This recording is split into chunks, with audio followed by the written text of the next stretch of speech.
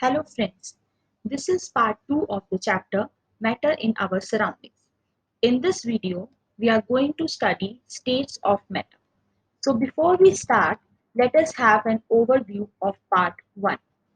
In part 1, we studied the following points that are: first, matter and its characteristics, that what is matter. Second, we studied the classification of matter.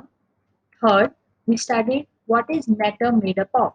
That matter is made up of particles, and then we studied certain characteristics of particles of matter, which are: particles of matter are very small, particles of matter have spaces between them, particles of matter are constantly moving, and particles of matter attract each other.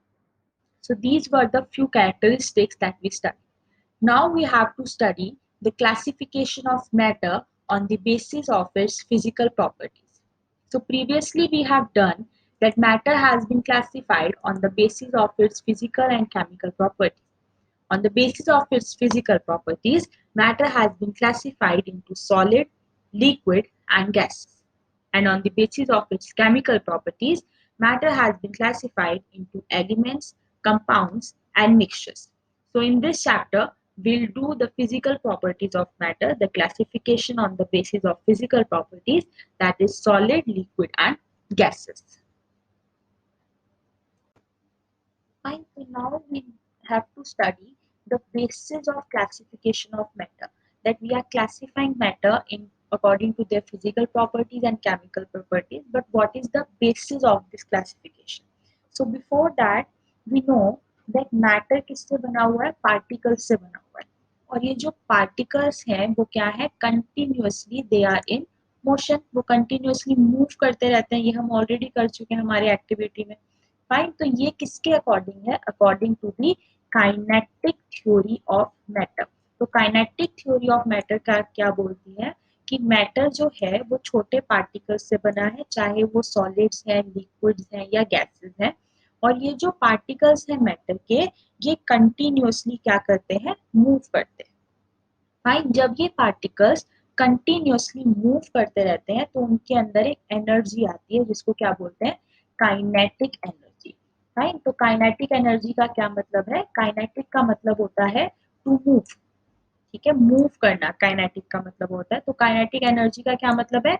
Energy of object with energy that object has due two is it's motion. ठीक है, कि movement की वजह से, ये particles की movement की वजह से कि वो कौन सी एनर्जी जनरेट हो रही है, वो कौन सी है? Kinetic energy. राइट. तो हम क्या बोलते हैं कि जब हम मैटर को क्लासिफाई करते हैं तो हम उसको 3 बेसिस के ऊपर क्लासिफाई करते हैं. फाइन. तो ये बेसिस क्या है कि पार्टिकल्स की अरेंजमेंट क्या है, कि ये जो पार्टिकल्स हैं मैटर में, ये जो छोटे पार्टिकल्स हैं, ये किस तरीके से अरेंज्ड हैं. फाइन. तो फर्स्ट हो गया अरेंजमेंट ऑफ पार्टिकल्स. सेकंड, कि ये जो पार्टिकल्स हैं इनकी जो एनर्जी है वो कैसी है, ज्यादा एनर्जी है इनके पास या कम एनर्जी है या बिल्कुल एनर्जी ही नहीं है. ठीक है. थर्ड क्या है?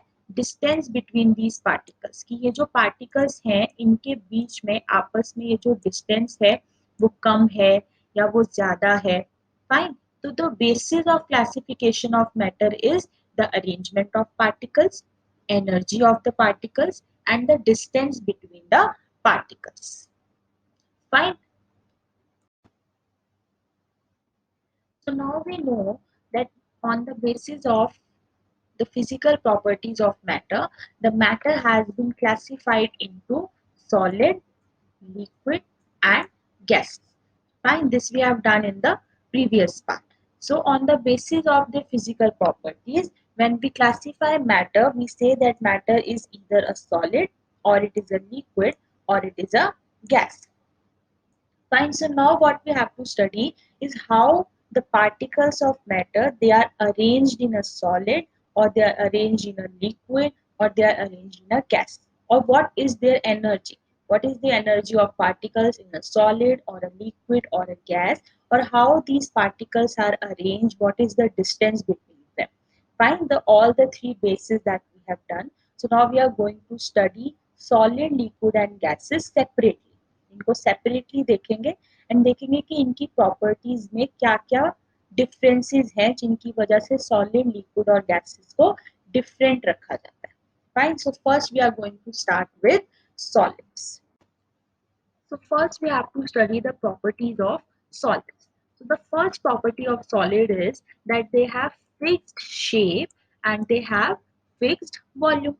So let us consider the example of ice and an example of brick. तो अगर आइस और ब्रिक की बात करते हैं तो ये दोनों क्या है, दे आर सॉलिड. ये मैटर क्या है, सॉलिड है.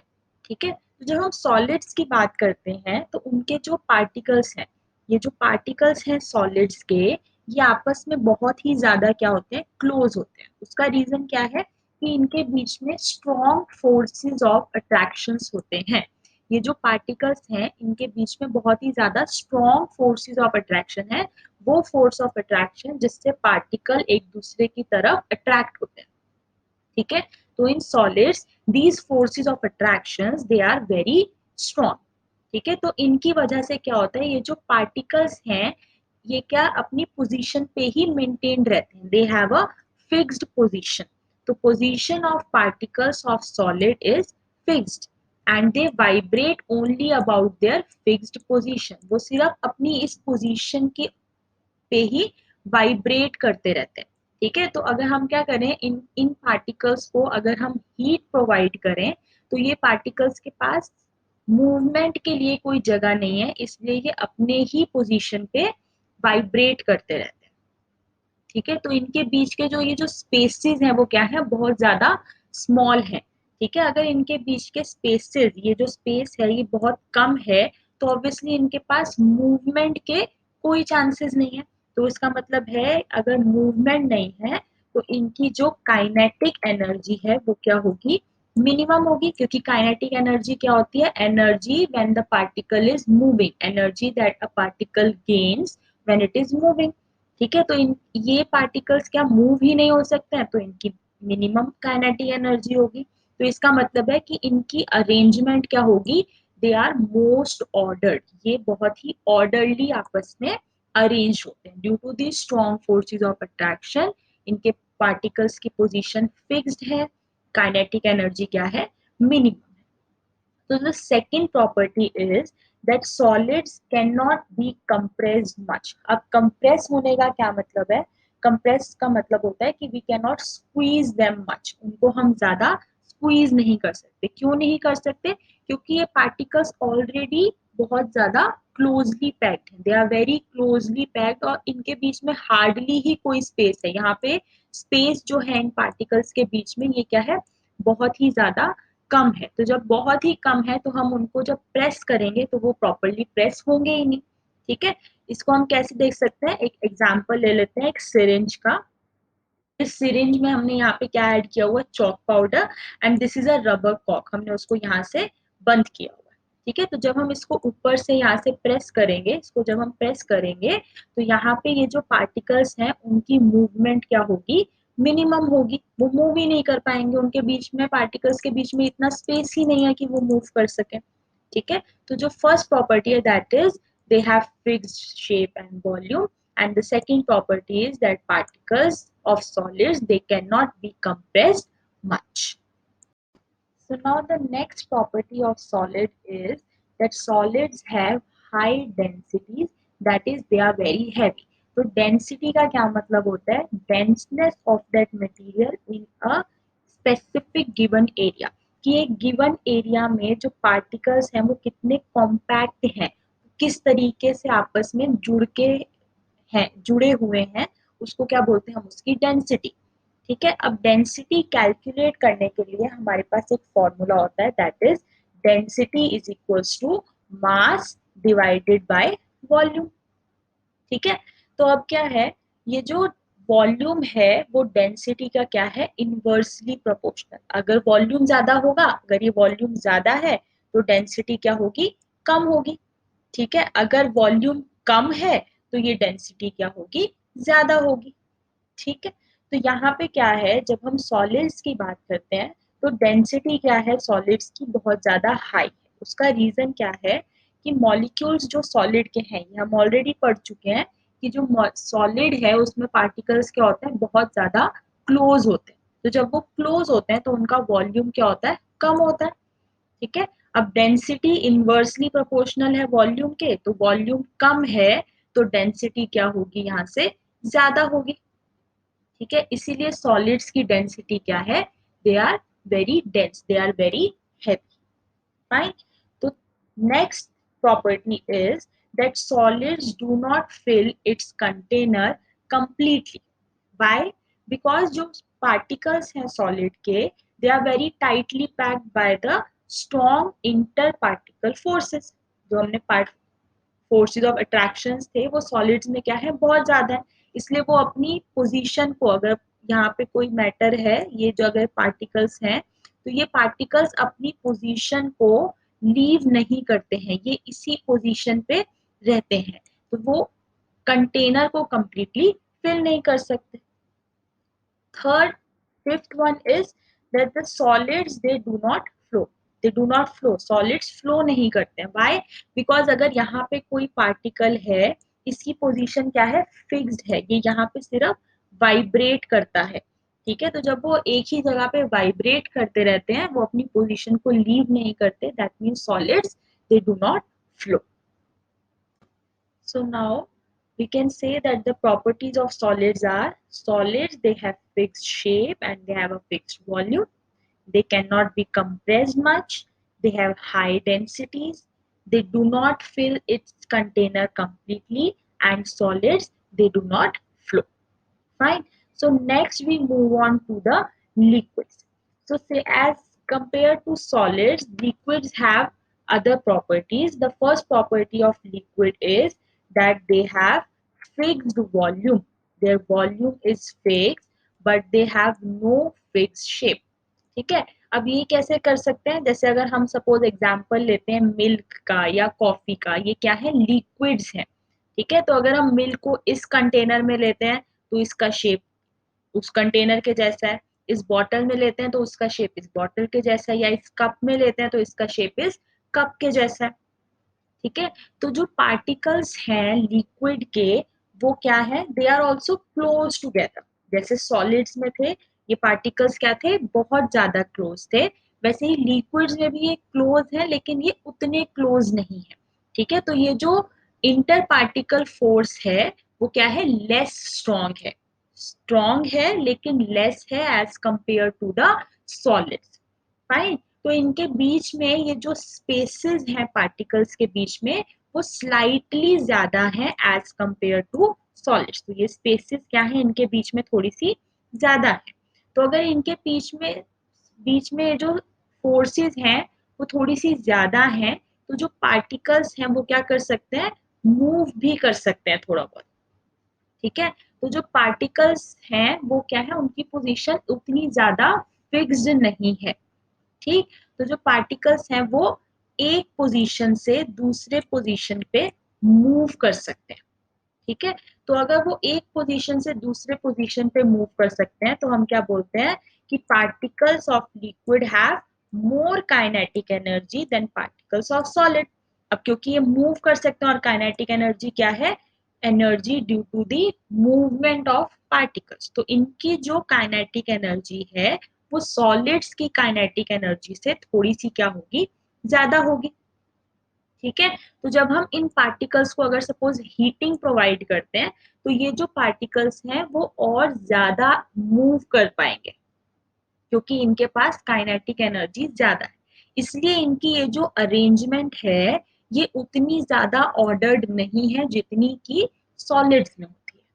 ठीक है, तो इनका इसका मतलब क्या है कि इनका वॉल्यूम तो फिक्स है। यहाँ पे see the volume of milk is not change, अगर हम मिल्क का वॉल्यूम चेंज नहीं करेंगे तो उसका वॉल्यूम सेम है, लेकिन उसकी क्या है, शेप क्या है, वो चेंज होती जा रही है। तो liquids have fixed volume but they have no fixed shape. Fine. तो next property is that liquids they also can not be compressed easily.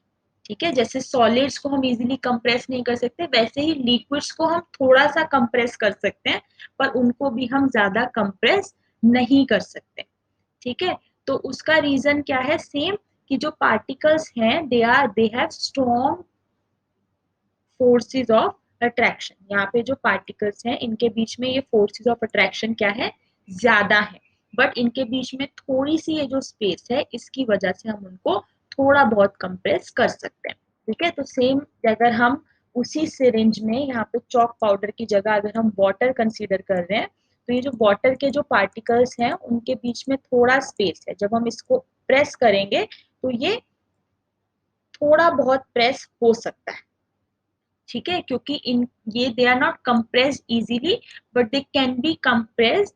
जैसे हम सॉलिड्स को बिल्कुल कंप्रेस नहीं कर सकते, इनको हम थोड़ा सा कंप्रेस कर सकते हैं। उसका रीजन क्या है, that particles of liquid they can move from one position to another. ये एक पोजीशन से दूसरी पोजीशन में ट्रेवल कर सकते हैं, एक दूसरे के ऊपर स्लाइड कर सकते हैं over one another. Fine. So the third property of liquid is that liquids have moderate to high density. So again we know that density is equals to mass upon volume. अब अगर हम liquids को consider करें, उनमें भी क्या होता है, जो inter molecular forces of attraction होती हैं, जो inter particle forces of attraction होती हैं, वो क्या होती है, थोड़ी सी और स्ट्रॉन्ग होती हैं कंपेयर टू सॉलिड्स। थोड़ी कम होती है बट थोड़ी स्ट्रॉन्ग होती है, पार्टिकल्स एक दूसरे के पास होते हैं। तो उसका भी जो वॉल्यूम है वो क्या होता है, थोड़ा कम होता है। जब वॉल्यूम कम है तो उसकी डेंसिटी क्या होगी, ज्यादा होगी। ठीक है, तो particles are close to each other, therefore जो लिक्विड्स हैं उनकी डेंसिटी भी क्या होती है, मॉडरेट टू हाई डेंसिटी होती है। ठीक है, तो the fourth property is that liquids do not fill their container completely. Liquids अपने कंटेनर को फिल कर लेते हैं बट वो उसको कंप्लीटली फिल नहीं करते हैं। उसका रीजन क्या है कि जो पार्टिकल्स हैं, ये जो पार्टिकल्स हैं इनके बीच में क्या है, स्ट्रॉन्ग इंटर पार्टिकल फोर्सेस है। तो ये अपनी बॉडी को लीव नहीं करते हैं ये पूरा का पूरा कंटेनर को फिल करने के लिए। They do not leave their body of liquid to fill the whole container. Fine. And the fifth one is that liquids generally flow easily. Liquids easily flow करते हैं क्योंकि वो एक दूसरे के ऊपर स्लाइड कर सकते हैं। ये जो पार्टिकल्स हैं ये मूव कर सकते हैं from one position to another, they can slide over each other and they can move, क्योंकि इनके बीच में जो इंटर पार्टिकल फोर्सेस हैं वो क्या है, थोड़ी सी लेस है as compare to solids. Fine. So the properties of liquids that we have studied are that liquids have a fixed volume but they have no fixed shape. ठीक है, वो किसी भी वेसल का शेप ले सकते हैं। They cannot be compressed easily, ज्यादा हम उनको भी कंप्रेस नहीं कर सकते हैं सॉलिड्स की तरह। थर्ड क्या है, they have moderate to high density, जो डेंसिटी है वो मॉडरेट से हाई होती है। Fourth is that they do not fill their container completely, अपने कंटेनर को वो कंप्लीटली फिल नहीं करते हैं। And the last one is that they can flow easy, ये इजीली फ्लो कर सकते हैं क्योंकि पार्टिकल्स के बीच में inter particle forces of attraction क्या है, एज कंपेयर टू सॉलिड्स थोड़ी कम। Fine. So now we have studied the properties of solids and the properties of liquids. Now we have to study the properties of gases. Fine. So gases में you can take the example of a gas cylinder, fire extinguisher, या जो ये balloons हैं इन सबको आप gases का एक example ले सकते हो, या फिर आप बोल सकते हो एयर है, ऑक्सीजन है, कार्बन डाइऑक्साइड है, ये सारे क्या हैं, एग्जाम्पल्स हैं गैसेस के। ठीक है, तो अब गैसेस में क्या आता है, जो हम फर्स्ट प्रॉपर्टी गैसेस की पढ़ते हैं, that gases they have neither fixed shape and nor fixed volume, कि ना तो इनका वॉल्यूम फिक्स्ड है ना ही इनका शेप फिक्स्ड है। ठीक है, तो अगर हम डिफरेंट टाइप्स के बलून्स लेते हैं और हम डिफरेंट टाइप्स के बलून्स में एयर फिल करते हैं, तो जिस शेप का बलून होता है वो उसी शेप में एयर उसमें फिक्स हो जाती है। ठीक है, तो उसका कोई भी फिक्स्ड शेप नहीं है, वो उसी का शेप ले लेते हैं। ठीक है, अब इसका रीजन क्या है कि जब हम पार्टिकल्स ऑफ गैसेस की बात करते हैं, अगर हम ये गैसेस के पार्टिकल्स की बात करते हैं, तो इनके बीच में ये जो इंटरमॉलिक्यूलर फोर्स ऑफ अट्रैक्शन है वो क्या होती है, सबसे लीस्ट होती है। ठीक है, इनके बीच में इंटरमॉलिक्यूलर फोर्सेस ऑफ अट्रैक्शन बहुत कम है, क्योंकि सॉलिड्स में सबसे ज्यादा है, फिर लिक्विड्स में उसके बाद है, और गैसेस में सबसे कम होती है। ठीक है, तो इनके बीच में जो स्पेस है पार्टिकल्स के बीच में वो क्या होता है, बहुत ज्यादा। ठीक है, तो जो इनके बीच में ये जो पार्टिकल्स के बीच में ये जो डिस्टेंस है, जो फोर्स ऑफ अट्रैक्शन है, वो क्या है, नेग्लिजिबल है। ठीक, तो इसकी वजह से क्या होता है कि ये जो पार्टिकल्स हैं दे can move in any direction, ये किसी भी डायरेक्शन में कैसे भी मूव कर सकते हैं। ठीक है, अब ये किसी भी डायरेक्शन में कैसे भी मूव कर रहे हैं, तो इसका मतलब क्या है कि पार्टिकल्स जो है गैस के, उनकी काइनेटिक एनर्जी क्या होती है, मैक्सिमम। ठीक है, सॉलिड्स में पार्टिकल्स क्या होते हैं, they are very close, solids में पार्टिकल्स बहुत ज्यादा क्लोज होते हैं, तो उनकी काइनेटिक एनर्जी क्या होती है, मिनिमम। ठीक है, लिक्विड्स में जो पार्टिकल्स हैं वो क्या होते हैं, थोड़े डिस्टेंस पे होते हैं। ठीक, तो उनके बीच में जो काइनेटिक एनर्जी है वो एज कंपेयर टू सॉलिड्स क्या होती है, थोड़ी सी ज्यादा होती है। लेकिन गैसेस में जो पार्टिकल्स हैं वो क्या है, उनके बीच में intermolecular force of attraction least है, तो वो क्या है, they are free to move in any direction, तो उनके पास जो काइनेटिक एनर्जी है वो क्या है, मैक्सिमम काइनेटिक एनर्जी। ठीक है, तो ये पार्टिकल्स क्या करते हैं, दे can move in any direction with high speed, इनकी जो स्पीड है वो बहुत ज्यादा हाई होती है। ठीक है, तो अगर हम गैस को किसी भी कंटेनर में फिल करते हैं, तो ये जब मूव करते हैं तो ये इस कंटेनर के ऊपर क्या अप्लाई करते हैं, प्रेशर। ठीक है, the pressure exerted by this gas किस वजह से होता है, वो जो इन पार्टिकल्स के बीच में क्या हो रही है, कोलिजन्स हो रही है। कोलिजन्स मतलब जब वो आपस में एक दूसरे के साथ टकराते हैं। ठीक है, तो सेकेंड प्रॉपर्टी क्या है, that gases can be compressed easily. ठीक है, अब क्यों कंप्रेस कर सकते हैं, क्योंकि जो पार्टिकल्स हैं गैस के वो फ्री हैं, वो एक जगह से दूसरी जगह पे बहुत ही इजीली मूव कर सकते हैं, क्योंकि उनके बीच में least intermolecular forces of attraction है। तो अगर हम एग्जांपल लेते हैं सेम, अगर हम एक सिरिंज लेते हैं, यहाँ पे कॉक है, अगर हम इसको ऊपर से पुश करते हैं और हमने यहाँ पे क्या लिया हुआ है, एयर। सॉलिड के केस में हमने चॉक पाउडर लिया था, लिक्विड के केस में हमने वाटर लिया था, अब यहाँ पे हमने क्या ले लिया, सिंपल एयर। ठीक है, तो मतलब we are not filling it, तो obviously it is filled with air, so when you will push it you will be able to compress it very easily, it will be easily compressed. Fine, so the first property of gases is that gases can, they have neither fixed shape nor fixed volume, and second is that they can be compressed very easily due to these least intermolecular forces of attractions, and their kinetic energy is maximum.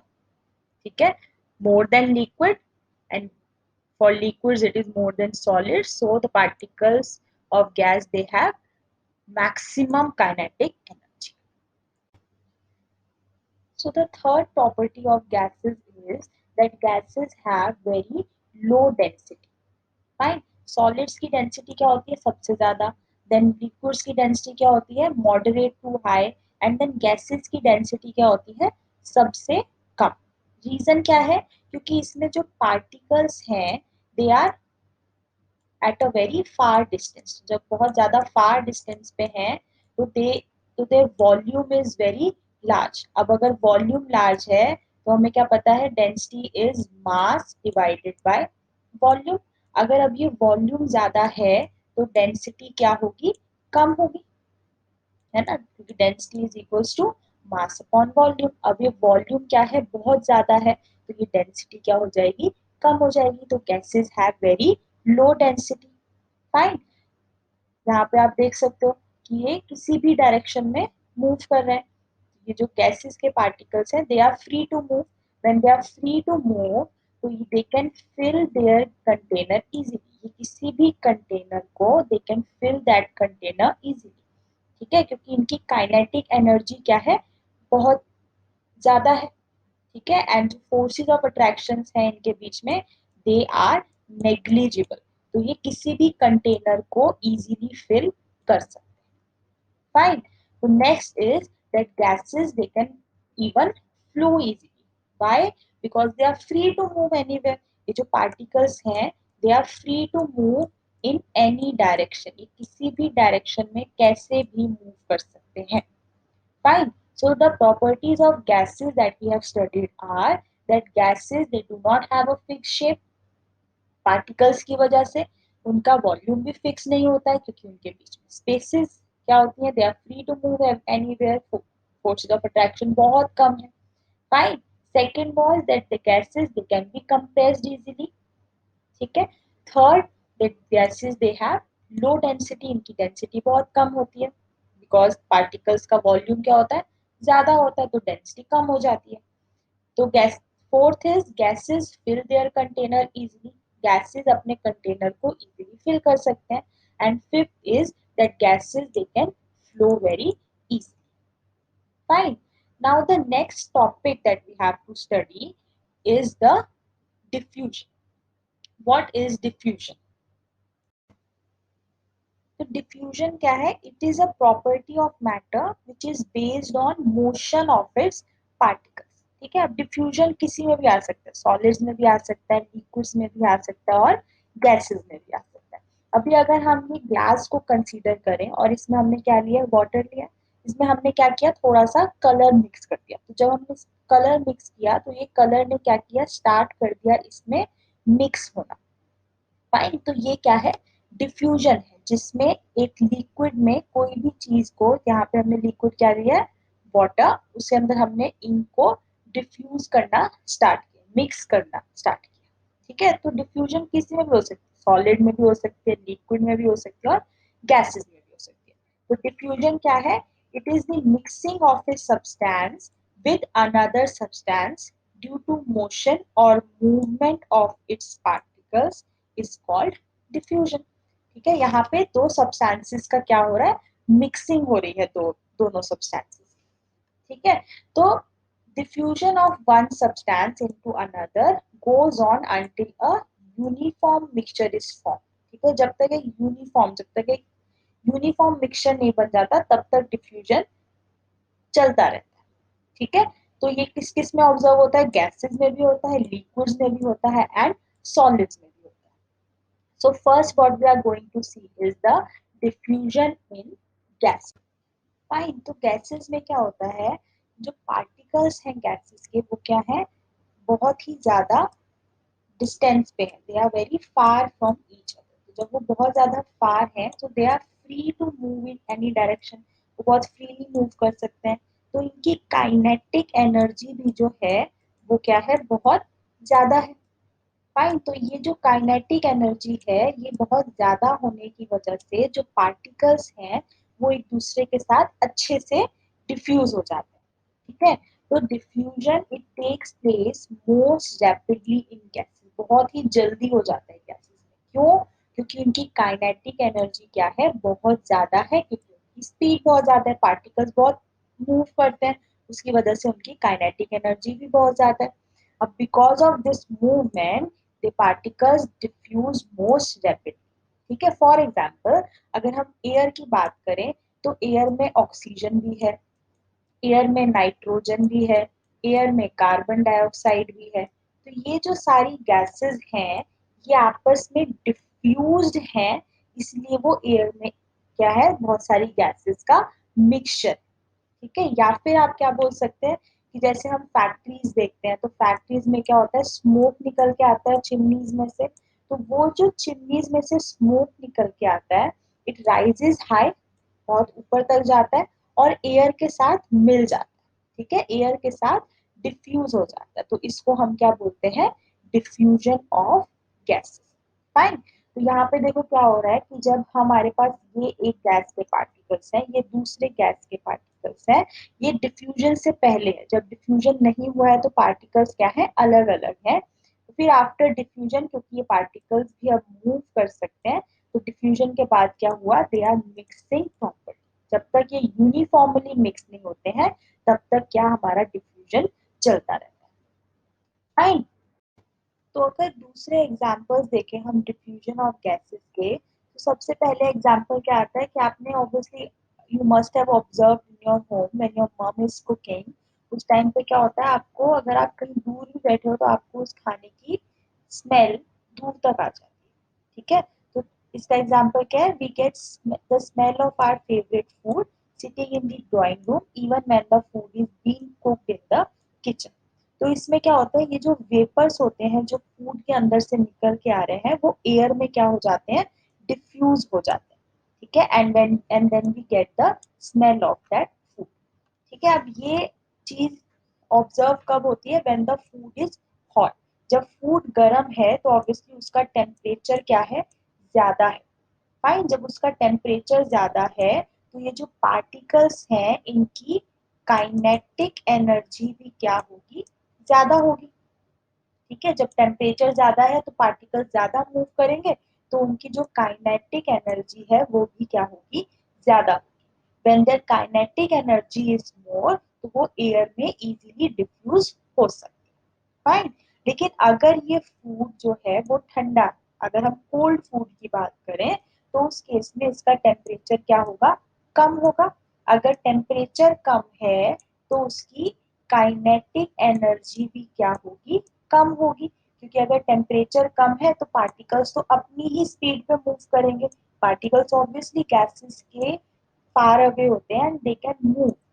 ठीक है, लेकिन अगर उनको temperature ज्यादा मिलेगा तो वो और रैपिडली और तेज मूव करेंगे।